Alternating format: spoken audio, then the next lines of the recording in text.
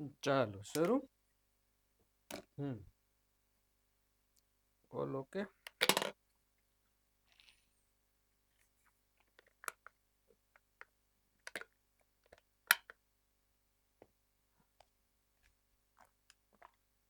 આહા, શું લખ્યું છે?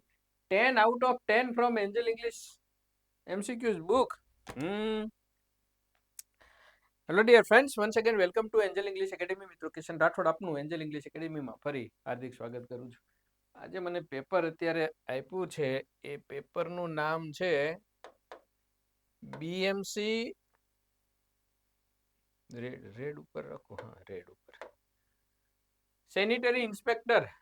બીએમસી સેનિટરી ઇન્સ્પેક્ટર 18/1/2026 ના રોજ લેવાયેલી પરીક્ષા. 10 માર્કનું ઇંગ્લિશ હતું. એમાંથી 4 સિનોનિમ્સ, 3 ટેન્સના, એક વચન બહુવચન, એક વન વર્ડ ને એક કરેક્ટ ઇનકરેક્ટ સેન્ટેન્સ. એટલે ભાઈ આવું શું કામ નહીં કરતા હશો? એક જ પૂછો ને બીજા 3 અને બીજા 2, 5 ટોપિક નવા લઈ શકાય. 10 છે તો 10 લઈ શકાય. 10 આઉટ ઓફ 10, 10 પ્રશ્નો છે એ એન્જલ ઇંગ્લિશ એમસીક્યુઝ બુકમાંથી છે. એટલે વાંચી હશે, તૈયારી કરી હશે, વોકેબ કર્યા હશે. બુકમાંથી વોકેબ કરશો, ફાયદો થશે જ મિત્રો. લેટેસ્ટ ને બદલે મેં હમણાં માર્ક કર્યું કે અગાઉના છે ને એ ઘણા બધા પૂછાય છે. અગાઉની વિવિધ પરીક્ષાઓના વધારે પૂછે છે, તો તૈયારી કરવી જોઈએ. ઓકે, એમસીક્યુ કરવા જોઈએ. 2026માં વિવિધ પ્રકારની ઓફર્સ ચાલુ રહેવાની છે. એ કયા પ્રકારની ઓફર છે, કોને લાભ મળવા પાત્ર છે, એની માહિતી માટેનું તમારી સામે કોષ્ટક છે. પરંતુ આનો વિડીયો મેં યુટ્યુબમાં અપલોડ કરી દીધો છે, એપ્લિકેશનમાં છે, જોઈ લેશો અથવા તો સંપર્ક કરજો અમારો. ચાલો હવે આપણે સીધા આવીએ સોલ્યુશન પર. ઓકે, હા, okay. 66 English MCQs book, PYQs book, page number 105, MCQ number 233. આપણે એકાદું તો જોઈએ. 105 કીધું છે કિશન સરે, 105 કિશન સરે 105 કીધું છે. અને 233 માં છે એ person who brings goods illegally into the country. એવું છે, એ person who brings goods illegally into the country. બરાબર છે. એવી વ્યક્તિ જે ગેરકાયદેસર, બિનકાયદેસર પોતાના દેશમાં સામાન લાવે છે. તો કેવો વ્યક્તિ કહેવાય એને? બિનકાયદેસર, બિનકાયદેસર. અને શું લાવે છે? સામાન, કોઈ પણ વસ્તુ, ગુડ્સ લાવે છે. યાદ કરો તો ઘણા વર્ષો પહેલા અને હજુ પણ ખૂબ જ થાય છે ગોલ્ડની દાણચોરી. અને એ દાણચોરી એટલે સ્મગલિંગ. સ્મગલિંગ. અને એ કરનાર વ્યક્તિ એટલે સ્મગલર છે. એવો વિકલ્પ, હા, સ્મગલર. ઓકે, બાકીના વિકલ્પો ઇમ્પોર્ટર એટલે ઇમ્પોર્ટર, એક્સપોર્ટર. એ કાયદેસર રીતે જે લાવે છે એ person who brings goods legally into the country. અહીંયા ઇલીગલી લખ્યું છે, એની જગ્યાએ લીગલી. અને ટ્રેડ કરે. શું? ટ્રેડિંગ મારફતે બિઝનેસ કરતા હોય, બિઝનેસમાં લઈ આવતા, તો એને ઇમ્પોર્ટર કહેવાય, આયાતકાર. અને ઇમ્પોસ્ટર એટલે તો કોકના ઉપર આરોપ મૂકનાર વ્યક્તિ. એક્સપોર્ટર એટલે નિકાસકાર. ક્લિયર? એકદમ ઠીક છે. ચાલો તૈયારી કરજો. હ, choose the correct antonym of the word grief. grief એટલે દુઃખ, પીડા. શું? દુઃખ, પીડા, વેદના. આ ગુજરાતી. એ સોરો, અનહેપીનેસ, એગ્ની, પેઇન. હજુ શબ્દ છે એ છે હજી એક. અતિશય પીડા થતી હોય ને, હેડેક કહેવાય. માથાનો તીવ્ર દુખાવો હોય ને હેડેક આપણે કહીએ. તો આ બધા ગ્રીફ, સોરો, પેન, એગ્ની, દર્દ, સાથે સંકળાયેલા શબ્દો છે. એનો વિરોધી એટલે હેપીનેસ, ખુશી, એનું વિરોધી. ઇંગ્લિશ એમસીક્યુ બુકમાં 66 પેજ ઉપર 135, 73 પેજ ઉપર 237 ને 75 પેજ ઉપર 262 નંબરના પ્રશ્નો છે, પૂછાયેલા છે. જીએસએસબી ની ગૌણ સેવા પસંદગી મંડળની એટીડીઓ ને અલગ અલગ વિવિધ પરીક્ષાઓમાં એસડબલ્યુઓ વગેરેમાં પૂછાયેલા છે. તો કરો, તૈયાર કરો એમ. આમાં મેં સૂચના રિમૂવ કરી છે. Fill the blank with appropriate word એમ. સાયન્ટિસ્ટ ખાલી જગ્યા એટમ, આ 2025 માં કોઈ એક એક્ઝામમાં પૂછ્યો છે, આ સિવાયની પરીક્ષામાં. અને આ પ્રશ્ન છે 2014 છે પૂછાયેલો છે મિત્રો. જીપીએસએસબી, હવે જો આ બીએમસી ની પરીક્ષા છે, હું એટલે કહું છું કે માત્ર તમારી કેટેગરીના ક્વેશ્ચન્સ ન કરો, એટલે કે એએમસી બીએમસી વગેરે ના હોય તો એ સિવાય અન્ય વિવિધ પરીક્ષાઓ નહીં કરો. પંચાયત વિભાગ નહીં કરો ને ગુજરાત ગૌણ સેવા વિભાગ નહીં કરો. એટલે એપ્લિકેશનમાં ફૂલ એપનો અમે આગ્રહ રાખીએ છીએ.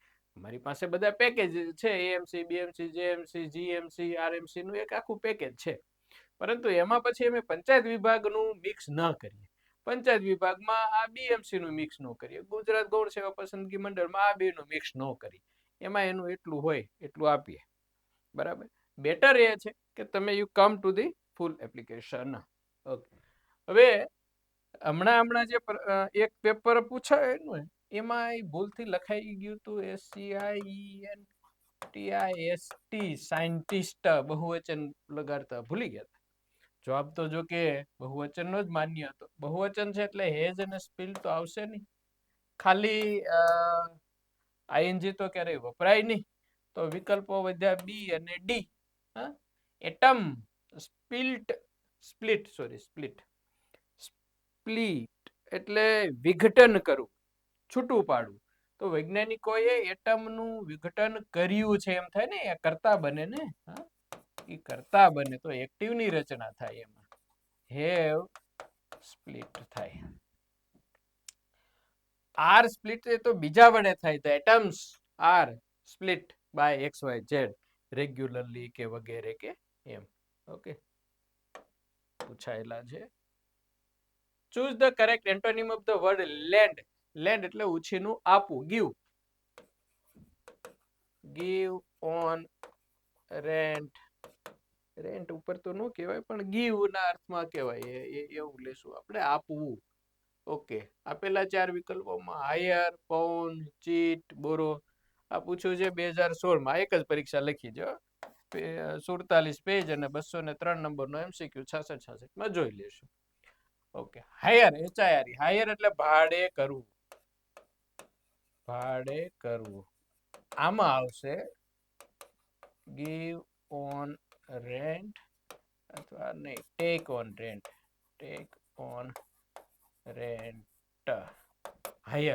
હાયર કરીએ છીએ આપણે, એટલે લઈએ છીએ, સ્ટાફને હાયર કરીએ ને આપણે, એટલે લેવાના અર્થમાં છે, બરાબર. પોન, કબજો કર્યો છે. ચીટ, છેતરવું. બોરો, તો બોરો એટલે ઉછીનું લેવા.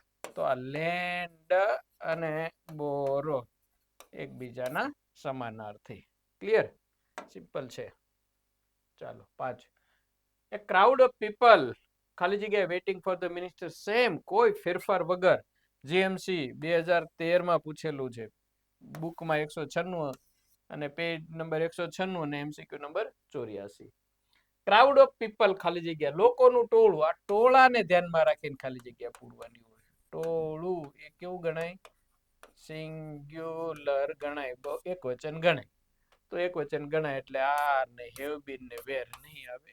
શું આવશે ત્યાં? Is waiting for the minister. ટોળું રાહ જોઈ રહ્યું છે.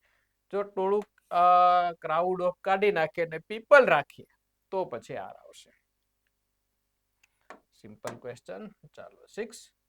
Choose the correct antonym of the word descent. Antonym વિરોધી પૂછ્યો છે મિત્રો, વિરોધી. અને સ્પીપામાં પૂછ્યો છે. એના પ્રશ્નો અમે પેજ નંબર 50 અને 245 એમાં છે. પેજ નંબર 50 તમને થોડું બતાવું, આઈડિયા આવે કે બુકમાં કેવી રીતના છે મિત્રો. એક સાથે સિનોનિમ્સ તો સિનોનિમ્સ, એન્ટોનિમ્સ તો એન્ટોનિમ્સ. આ કેટલા છે શરૂ થયા છે આમાં. આજ પૂછે એવું નથી કેતો, પણ ઘણા એમાંથી જો વિરોધાર્થી છે પાર્ટ 1 તો આમાં છેલ્લે 2021 ના છે. તો વિરોધાર્થી 99, 200, 200, 300, 335 જેટલા છે આમાં ખાલી વિરોધાર્થી. તો 50 ઉપર, પેજ નંબર 50 ઉપર 245મો. આ 50 ઉપર ને 245મો. Give antonyms પીપા 2015. અસહમતિ, અસહમતિ વિરુદ્ધાર્થી આપો. ડિસએગ્રીમેન્ટ, ઓપોઝ, એગ્રીમેન્ટ, ડિસ્પ્યુટ છે. તો એગ્રીમેન્ટ, ડિસએગ્રીમેન્ટ, બરાબર, એ એકબીજાના વિરોધી છે. ડિસએગ્રીમેન્ટ અને એગ્રીમેન્ટ. ઓપોઝ એટલે વિરોધ કરવો, વિરોધ કરવો. અને ડિસ્પ્યુટ એટલે એવું જ થાય કે વિરોધ કરવો. મતલબ એનો અર્થ એવો કે આ ડિસએગ્રીમેન્ટ, ઓપોઝ અને ડિસ્પ્યુટ એ બે ત્રણેય એકબીજાને મળતા આવતા શબ્દો છે, ક્યાંક સમાનાર્થી છે. તો વિરોધી એટલે એગ્રીમેન્ટ, અસહમતિ, અને આ સહમતિ, સંમતિ અથવા તો સહમતિ. ઓકે, ચલો. ચાલો 7. choose the correct antonym of the word pious. pious, pious એટલે પવિત્ર. એ પણ પૂછાયેલો છે. પવિત્ર, ધાર્મિક વગેરે. પવિત્ર. ડિવાઉટ, ડિવાઉટ એટલે ધાર્મિક. પવિત્ર, પવિત્ર અથવા ધાર્મિક હોય એવો. ગોડલી, ઈશ્વરીય, ઈશ્વરીય. રિલિજિયસ, ધાર્મિક, ધાર્મિક, રિલિજિયસ. અનહોલી, અપવિત્ર. તો આ હોલી, પવિત્ર નું વિરોધી શું થઈ જશે? અનહોલી, પવિત્ર ન હોય તેવું. 3 વખત પૂછેલા છે આ બુકમાં. 3 વખત છે પૂછાયેલા છે, તો એનાથી વધારે વખત. ચાલો next. 7, 8. which one of the following sentences is the correct one? કયું સાચું છે? આ ditto to ditto as it is. TET 2 2015 માં પૂછેલું છે. બુકની પેજ નંબર 490 અને એમસીક્યુ નંબર 93, 66 નું એમાં છે. જેમની પાસે હોય જરા ચેક કરજો. અને એમાં મેં સમજૂતી આપી હોય પછી કે કયું સાચું અને શા માટે સાચું. જો correct one. A fan is flying on our heads, grammatically સાચું. A bird is flying over our roofs, grammatically સાચું. A fan is flying above our heads, grammatically ખોટું. Above our heads, okay. A bird is flying in our roofs. જો કાલની દ્રષ્ટિએ બધાય સાચા છે. શું? According to tense or are correct. But તમારે જોવાનું છે લોજિકલી અને ખાસ તો અર્થસભર મિનિંગને ધ્યાનમાં રાખવાનું છે આમાં. કારણ કે ઉડવાનું કામ છે એ પંખો કરે નહીં, એટલે 2 છેદ ઉડી ગયા. એ મૂવ કરવાનું, રિવોલ્વિંગ કરવાનું કામ કરે. ઉડવાનું કામ કોણ કરે? પક્ષી કરે. એટલે બી અને સી ઓપ્શન છે. હવે રૂફ છાપરામાં ન ઉડે, આપણા છાપરાઓની ઉપર ઉડે. એટલે B is the correct answer. જ્યારે અંતર હોય તો ઓવર વપરાય અને અંતર ન હોય તો ઓન વપરાય. ક્લિયર? સિમ્પલ છે, કઈ વધારે નથી. હવે ઉપાડવો પડશે. હા બેટો, હા વાંધો નહીં.